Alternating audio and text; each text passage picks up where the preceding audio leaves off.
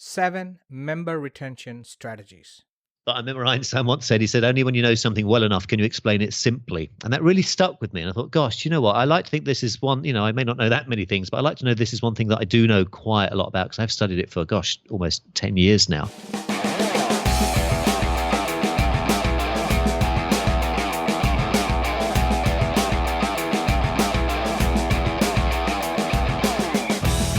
Hello and welcome to episode number 52 of the Subscribe Me show from subscribeme.fm. This is the podcast to listen to for learning about how to create membership sites and online courses, making, marketing, and monetizing digital content, the world of WordPress, and tools, techniques, and tips that you can use to create a long-term profitable online business. I'm Ravi Jayagopal. I'm the co-founder and co-developer of digitalaccesspass.com, arguably the best membership plugin for WordPress, fondly known as DAP. And you can fondly call me Mr. Permanent Tan. Because, unlike my guest today, I never had to worry about getting a tan. As per his official bio, Chris Farrell calls himself, quote, a Brit who moved to Los Angeles in search of a suntan.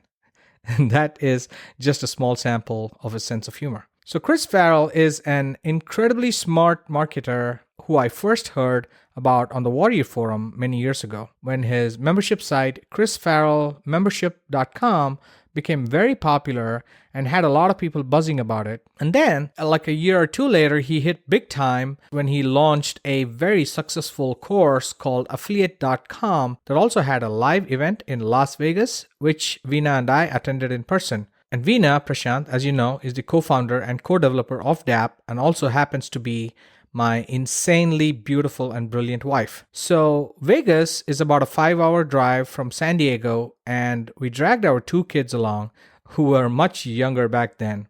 And they got to stay in an incredibly beautiful and luxurious room. They ordered room service, they played video games all day, they watched movies on demand all day long while Veena and I were at the event. What a life, right? And then in the evening, we would go out for a show or something. So that was the Vegas life. So now let's dive right into today's interview with Chris Farrell. SubscribeMe.fm. So what worked when I started, I think can still work to an extent now, but I think it's definitely changed. And I'll give you both kind of both schools of thought. So when I started, I literally did what most people did, and that is that I offered something in return, and we've heard this before, yada, yada, yada. But I found myself really struggling when I was starting online. And I found myself, and I remember clearly thinking this, if I'm struggling with this, I can't imagine for the life of me that I'm the only one. So I wrote down all the sort of the challenges, the obstacles and the hurdles I was having and my solutions to them. And they primarily involved, they were all related to creating a website. I just found it really challenging to create a website. In fact, I'm embarrassed to say I didn't even use WordPress. I just couldn't find anybody, literally anybody, to explain it to me simply. In fact, I even remember hiring a guy to come to my house. I found him on what was the equivalent of, Odesk back in the day. And he charged me $75 an hour. I remember he literally turned up at my house. He said, right, okay, the first thing we need to do is we need to upload your HTML file to your public directory. I'm like, I don't even know. What does that even mean? Talk to me normally. Talk to me like I'm, as Denzel Washington says in the great movie Philadelphia when Tom Hanks is trying to explain what's happened to him. He goes, talk to me like I'm a 5-year-old. And so I realized that there was definitely a gap in the market for explaining things simply. So this is a relatively longish way of answering your question. So what I did was I broke down step by step how to create a website, literally an idiot's guide, really for myself more than anybody else. And I just created a free ebook back in the day when ebooks were kind of perceived as valuable, and just gave it away. I went to forums. This is before social media. I would put my signature in forums. I would approach people and ask if they do mailings to their lists. And I do the same, do reciprocal mailings. There was only a few I did a bit of YouTube videos where I have my link in the description. And very quickly, I got a list of 2,000-3,000 people or so.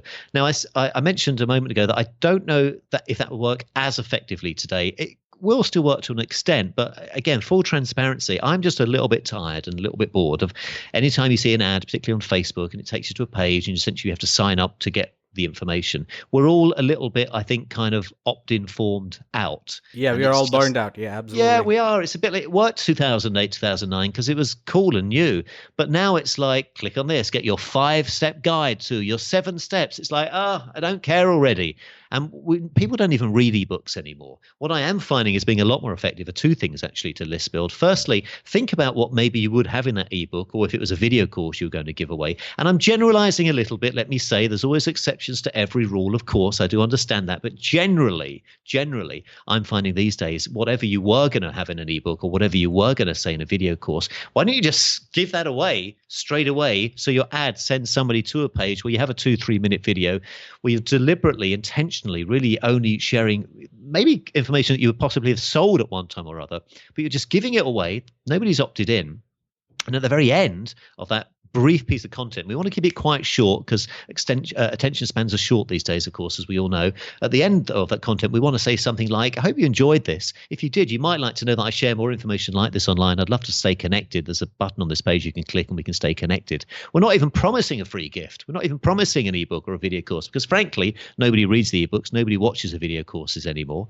But what we are doing is we're delivering a bit of KLT, as it's known, know, like, and trust, before somebody then makes the decision to actually sign up. And kind of doing this reverse squeeze page, if you like, I'm finding is becoming a lot more effective. So rather than saying, give me your email and I'll give you this, it's like the book The Go-Giver. Let's give something first before we ask for something in return. Right. So in today's like social age and age of podcasts and Facebook Live video and Periscope, it makes more sense for people to just, even without taking people to a website, I found it very powerful to actually do the video right there, deliver the video right there in Facebook, or do a live video on Periscope and do a Q&A and stuff, and give away the information right there, even without saying, even before you say, go to my website so that I can cookie you and Absolutely. email list. Absolutely. People are building a brand right there. And it's crazy the amount of free information you can get today, which is, again, a good and a bad thing. It's a bad thing for beginners and it's a good thing for people who really get it, because now people can set themselves apart, because creating a podcast or a YouTube channel, it's not easy because there's so much noise out there already. And everybody has a webinar. Everybody is an expert. Seth Godin, I have actually a podcast episode that says Seth Godin ruined the internet.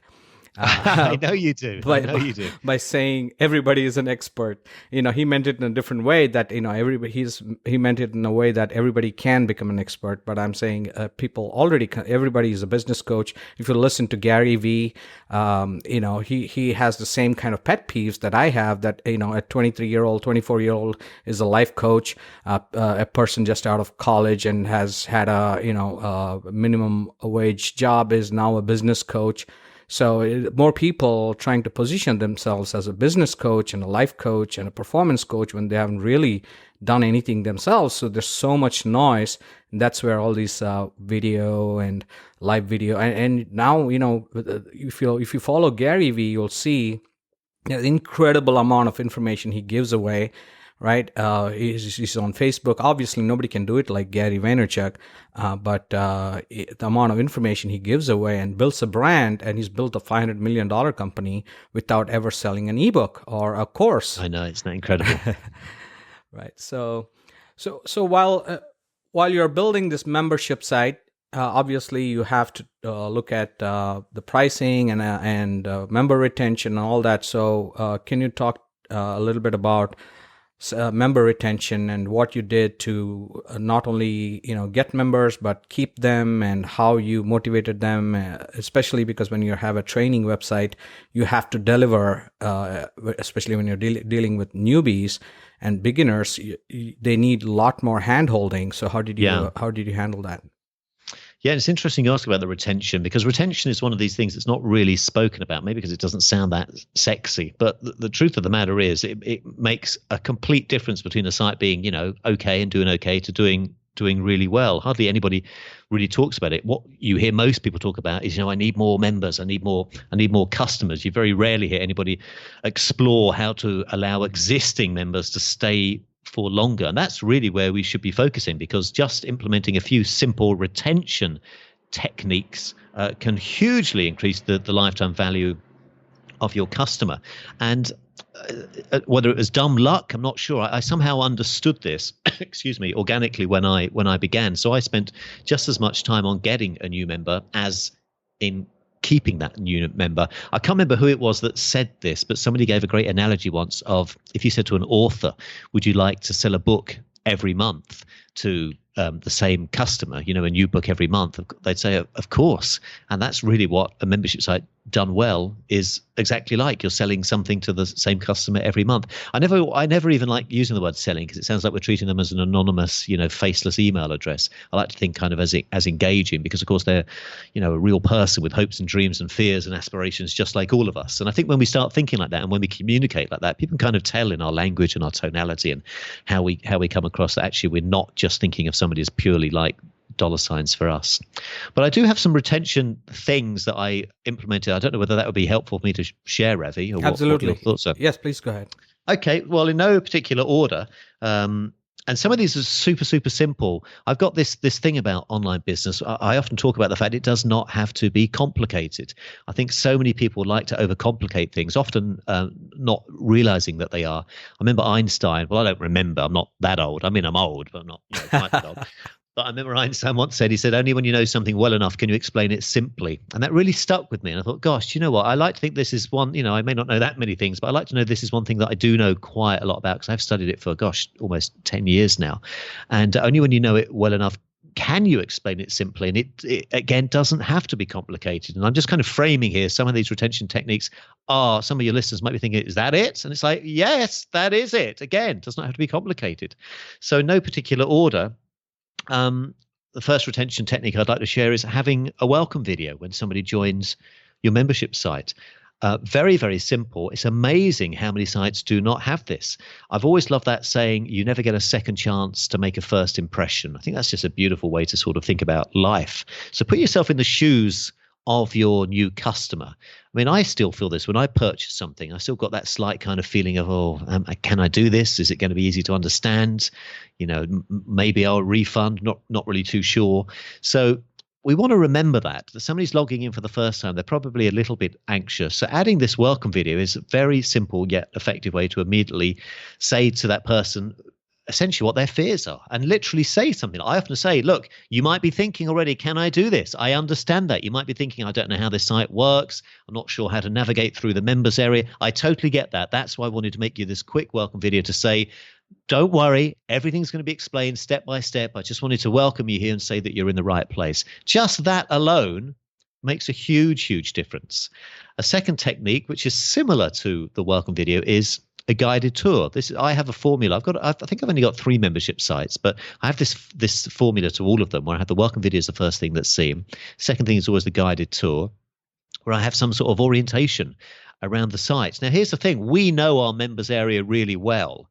We may think it's obvious what to do, but it never, ever is. It's like reading an instruction manual for something. How many times have you read an instruction manual and you think, this doesn't make any sense to me, yet for the person that wrote it, to them it makes perfect sense. So we need to kind of have that theory in mind, that when somebody comes on board, despite the fact that it may make perfect sense to us how the members area works, for most people it won't. So take your new member by the hand and show them where everything is. Show them where the support link is, show them how to cancel, show them where to go next, all that sort of good stuff. That leads me on to the third retention technique or strategy, or tactic, rather. That's the word I'm fumbling for.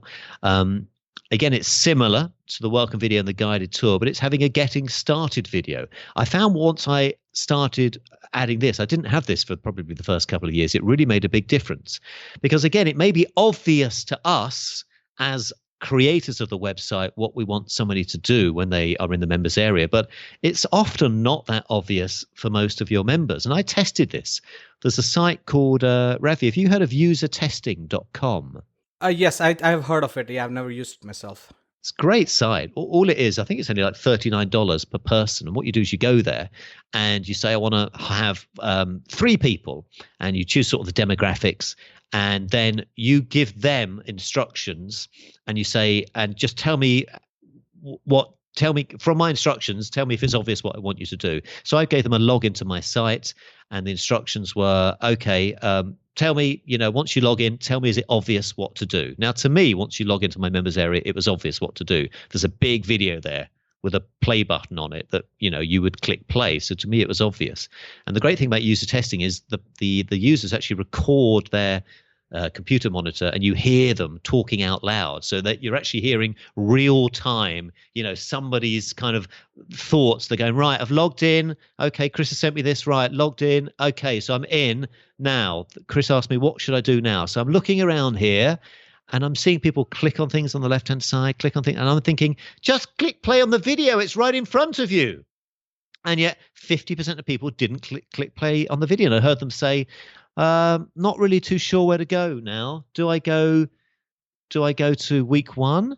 I'm like, no, you'd go to but there's no point me getting frustrated. It was me that wasn't as clear in my instructions as I thought I was. So my point is, the reason for saying this is, having a getting started video, it may be obvious to us what we want somebody to do, but it's not obvious to most people that join. So really keep it simple. Show exactly what you want somebody to do. And here's why this is important, because we're taking away any guesswork, and we're creating, if you like, really a safe environment, if you like, which makes people, when they're in a safe environment, they feel happier, they can relax more. So it's just a much more conducive environment for somebody to be in. Right. So as a developer, one of the things you learn really quickly is the power of beta or beta, right? Yes. You call everything as beta, and in our software products, we end up, I know our membership sites as well, we end up picking some of our super users, some of our most vocal and most, the best users, the most members who have been with us for a while, or somebody who's given us a lot of feedback, and we invite them to go to the website and do something similar. So this user testing is an awesome site to get a completely neutral third party. But on the flip side, if you want somebody who's in the niche, so this is what we do. Somebody who's already familiar with the niche, with the market, and today, things have changed so much. You can just go on Facebook into a group. Obviously, you have to select a group where people are not posting spam all the time, and we post a message saying that, either if it's you invite a few of your friends who are constantly asking questions, they are very actively looking for a solution.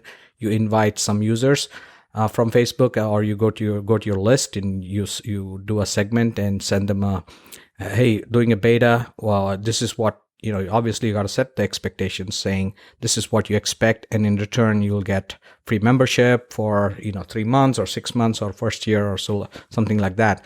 So you can do both sides of the coin, both completely neutral members who have no idea about the niche, as well as people from your community who are very familiar with your brand, and sometimes they'll give you pretty harsh critique as well. Do you find that when you've done that, have you got feedback about things that you'd never even thought about? Absolutely. One of the things with doing this with known people, compared to, say, doing user testing, is probably professional people. You're paid money, they have a set expectations. But if you do this with people the only problem is going to be motivating them enough to actually go through with it, right? Because you can post, people love to raise their hand, and they have good intentions. They want to help out. When you say, hey, I'm looking for feedback, I'm happy to give you a free membership site, people will raise their hand. But once you give them access, you need to have some patience. You need to cajole them a little bit and say, hey, still waiting for your feedback. But once you get past that, you'll absolutely get some really great gems, especially when you're dealing with plugins. People will use software in ways that you've never even imagined, right? And yeah, I can imagine. That's the best thing about beta testing and having people use it, because they will break it like you never thought of breaking it in your own testing. This software, we have a famous cliche saying dummy proofing it. So you'll find out all the ways in which people can use it, and all the ways in which you had no idea you can actually use something like that. You didn't even know people can do those kind of things and break things like that.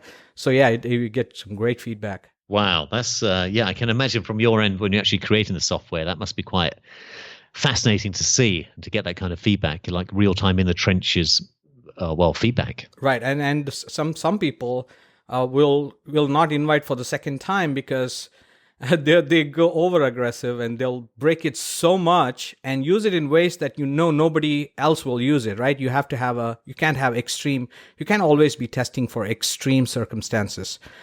So some people will take it too far and test it in every extreme circumstances, and they become a real support nightmare even before you launch it, and you don't have time to work on the product. You'll be supporting them all the time, so you have to maintain a balance between people who provide enough feedback versus people who provide too much feedback. Right. Yeah, I can imagine that could be a kind of a fine balancing act at times. So another thing that I found worked very well is if you like, I like to call it having small victories fast within the members area.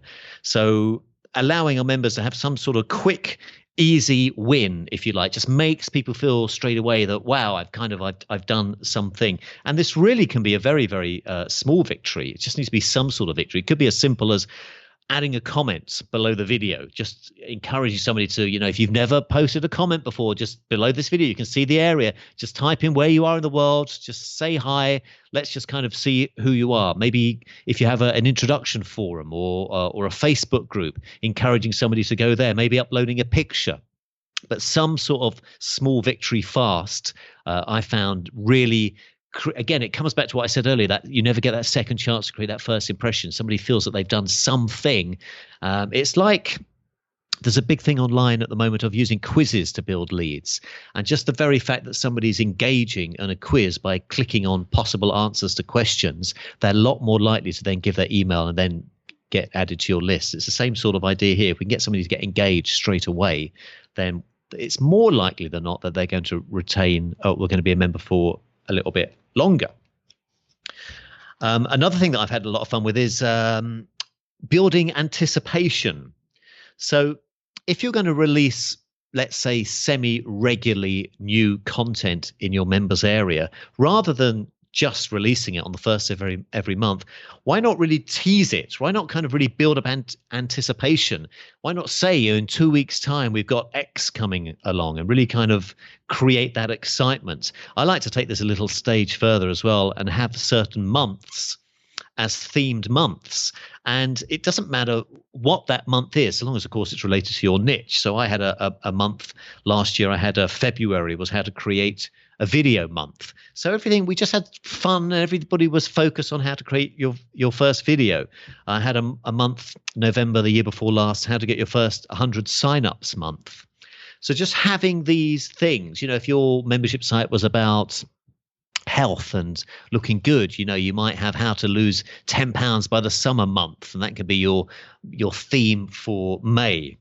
People like to be able to hang their hat on something. So I'd say to those listening right now, what aspect of your business would lend itself well to having a themed month? I'm sure that you've got ideas, popping up like burnt toast in your mind as to what you could share at your site. But if you get stuck for ideas, a real simple way to get ideas is simply to ask members, is to survey your members. You don't even have to do a survey. If you have a Facebook group or a forum, just ask people, what are their challenges? What are they struggling with? What would they like more clarity on? And just reverse engineer those answers as inspiration to create content, a themed month. I believe that Robert Kiyosaki wrote one of his books purely based on comments in one of his sites. He was just asking questions, collecting the comments. Essentially, that was the core of his book.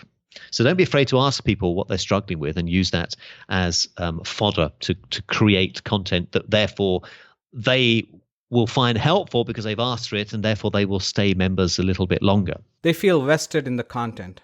They do. Totally vested. Yeah, that's the perfect word.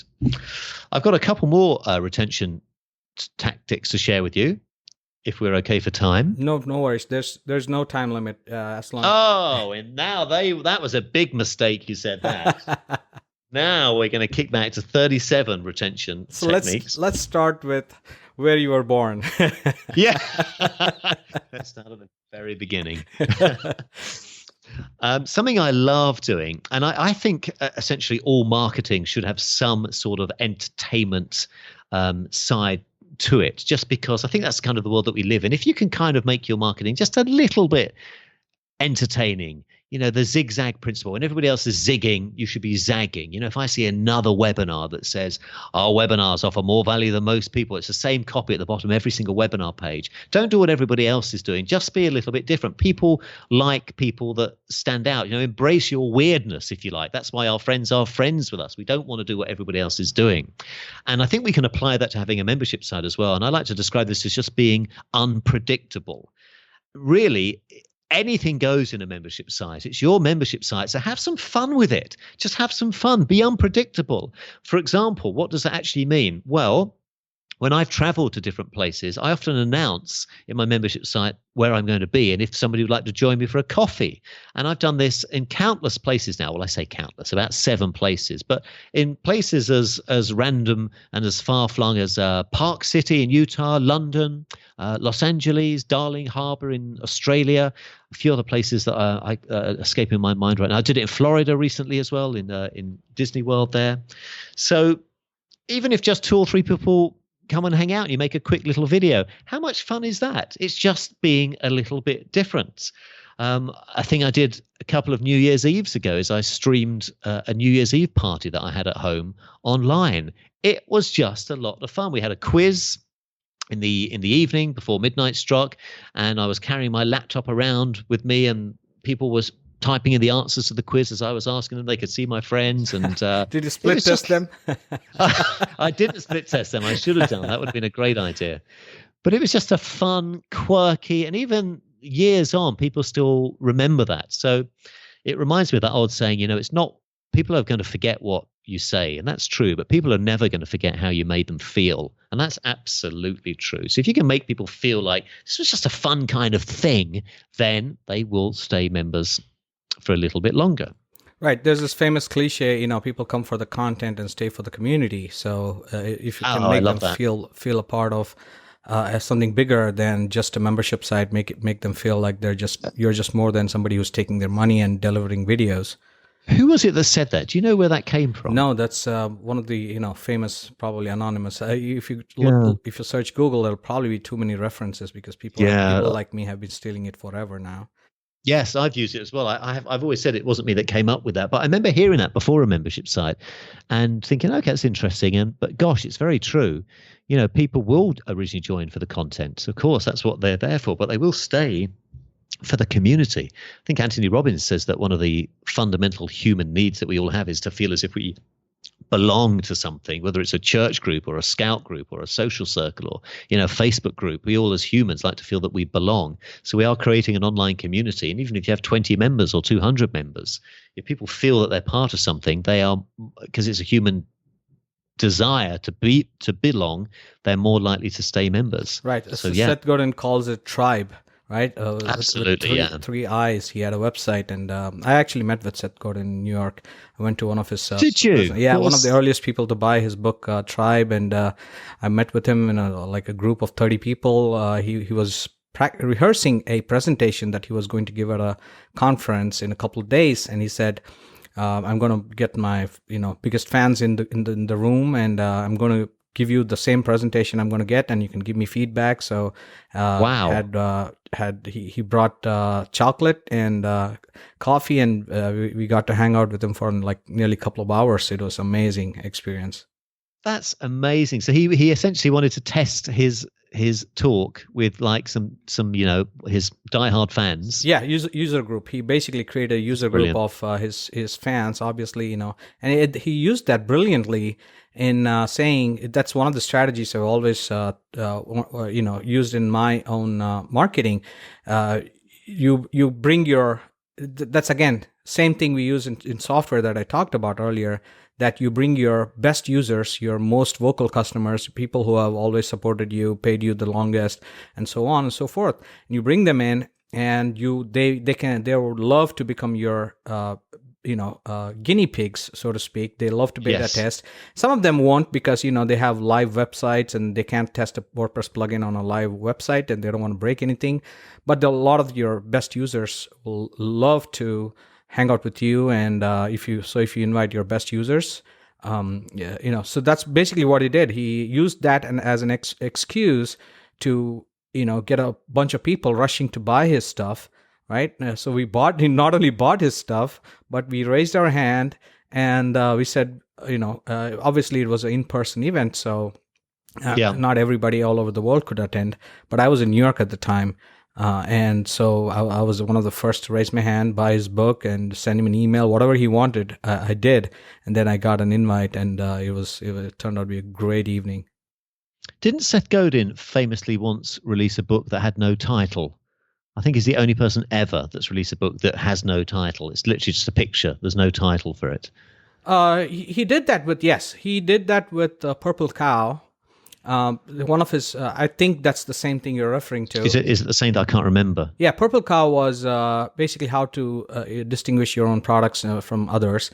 And he talks about how he was traveling somewhere in a car, and he stopped for a break, and his kids got out of the car and they were looking at the cow. One of them was like different color, so they were like, they all noticed that cow versus all the other cows, which just looked. I thought regular. one of the kids was a different color. Yeah, exactly. One of the kids was purple. So he made that's so popular, Purple Cow. So you use it like, viral marketing and all these other phrases that have become part of internet marketing lore. So he released Purple Cow within a milk carton, and all that had was a picture of the purple cow on the milk carton, and inside you had to open the milk carton, and then inside was the book. So he got a lot of that was a brilliant, back in the day when I don't think the word viral marketing was even invented at that point. So the whole thing went viral. He was picked up by many news outlets, and he got a lot of publicity for doing that. That's right. Yeah, that's so cool. I love, again, it goes back to what we were saying earlier, standing out, being different. That's really what people resonate with, isn't it? Something that's just a little bit different and just doing something different from what everybody else is doing. Something else I found that really helps having members, it sounds a bit ruthless, is something along the lines of, I like to call it the pain of disconnect. Can you offer something? So think about what your membership site or future membership site is going to be if you haven't created it yet. But is there something that you could have in your members area that your members would miss if they left? So some pain of disconnect. And again, just brainstorming ideas. It could have some software created possibly that allowed, I don't know, your members to have exclusive templates or images.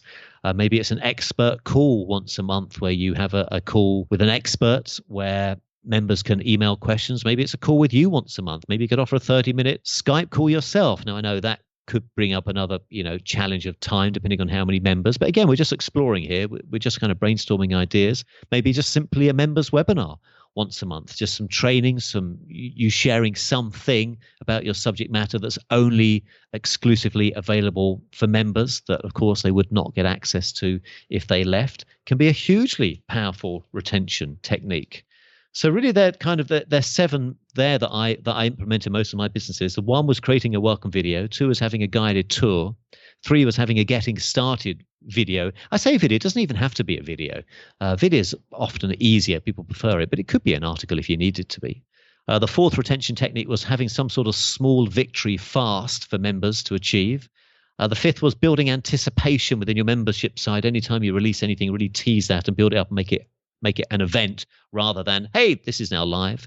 Number 6 is being unpredictable, which is probably my favorite because I think people kind of like that unpredictability. And number 7 is pain of disconnect. So 7 kind of retention techniques that if you just cherry pick 1, 2, or 3 of them, and if that just added a 10 to 20 to 25% increase in your members staying, that's a 10 to 25% increase in your bottom line simply by spending a few hours implementing some very simple retention techniques, which, as I said earlier, most people just say something along the lines of, I want to get more customers. They very rarely explore possibilities to allow existing customers to make repeat transactions. And that's really, if we're smart, where I think we should be focusing. Yeah, it's so much more expensive to get a new customer compared to selling to an existing customer and keeping them in the fray, so to speak. All right, so thank you so much for that amazing content.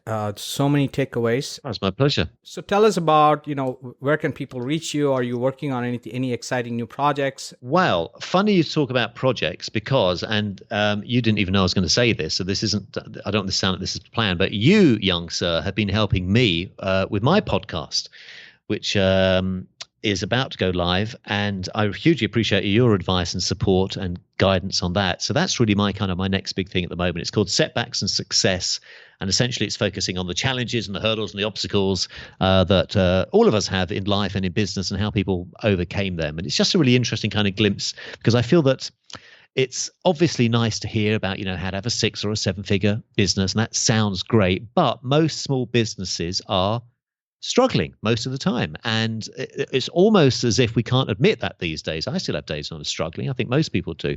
But we almost feel, particularly with social media, that we can't actually say, hey, do you know what? I'm having a bit of a tough time at the moment. I'm not really too sure what to do next. There's a great quote by Wayne Dyer. He says, social comparison is the thief of happiness. I thought, gosh, that's absolutely true. It's very easy to feel as if from everybody's news feeds, everybody else is having this perfect, idyllic life, and we're not. And so the reason for saying all this is I wanted to create this podcast that talks about the setbacks and the successes. And I've so far been very lucky. I've had some amazing conversations with people at the top of their game, and different people from the usual suspects as well. I've recently spoke to the guy that created Baywatch, for example, $1 billion brand, about the struggles he had starting that. Perfect timing too. They have a new movie coming out. They do have a new movie coming out, which he has nothing to do with, he told me. So he was very quick to tell me that. So I don't know if that means that apparently the movie's a comedy. They're actually making it into a comedy. Yeah, it'll look pretty cheesy, but I'm sure there'll be Baywatch fans who watch it. Oh, I'm sure there will. I spoke to the guy that created Downton Abbey, the guy that created Who Wants to Be a Millionaire. So just some really interesting people, as well as some other people that you may not have heard about right now, because I don't want every guest to be like a name in inverted commas. But if anybody wants to connect with me, setbacksandsuccess.com is the place to go. And or you can connect with me on Facebook, Chris Farrell Online. So either of those places would be fine. SubscribeMe.fm. So that was Chris Farrell for you. And those were such incredibly simple yet powerful tips for keeping your members, especially because it's so much harder to get a new member compared to keeping an existing member. So don't ever underestimate the power of member retention. And check out Chris's podcast at setbacksandsuccess.com. And if you're interested in signing up for Digital Access Pass or DAP, then when you join our Platinum membership, you get access to an unlimited site license of DAP. You get 2 hours of concierge calls with me or Veena, and you get to talk with either one of us one-on-one for 2 hours, where we'll brainstorm with you about how you want to set up your membership site, and we'll actually also help you set it up. Then you get a whole bunch of plugins like mycoolcastplayer.com and s3mediavault.com, all for free. Simply use the coupon code SUBSCRIBEME, one word, during checkout and get your first month for free. A $40 value simply because you are a listener of this podcast. So again, the coupon code is SUBSCRIBEME, all capitals, all one word, and save $40 and get your first month free. So that brings us to the end of today's episode. Thank you so much for listening. I would really appreciate it if you subscribe to the show so that you can get each episode within a few hours after it is published, and in some case, just a few minutes. Search for the word Subscribe Me, all one word, in your favorite podcast app, whether it is the iTunes app or Overcast, which by the way is my favorite podcast app, or on Google Play or any other Android-based podcast app. So just go to subscribeme.fm, and on the homepage, you'll see a whole bunch of ways to subscribe to this show. And you can even send me an email from that page. So do you have questions, comments, suggestions? So email me at Ravi, R-A-V as in Victor, I, at subscribeme.fm. My Twitter handle is subscribemefm, one word, that's for the show. Let me know what you think. Cheers and talk soon.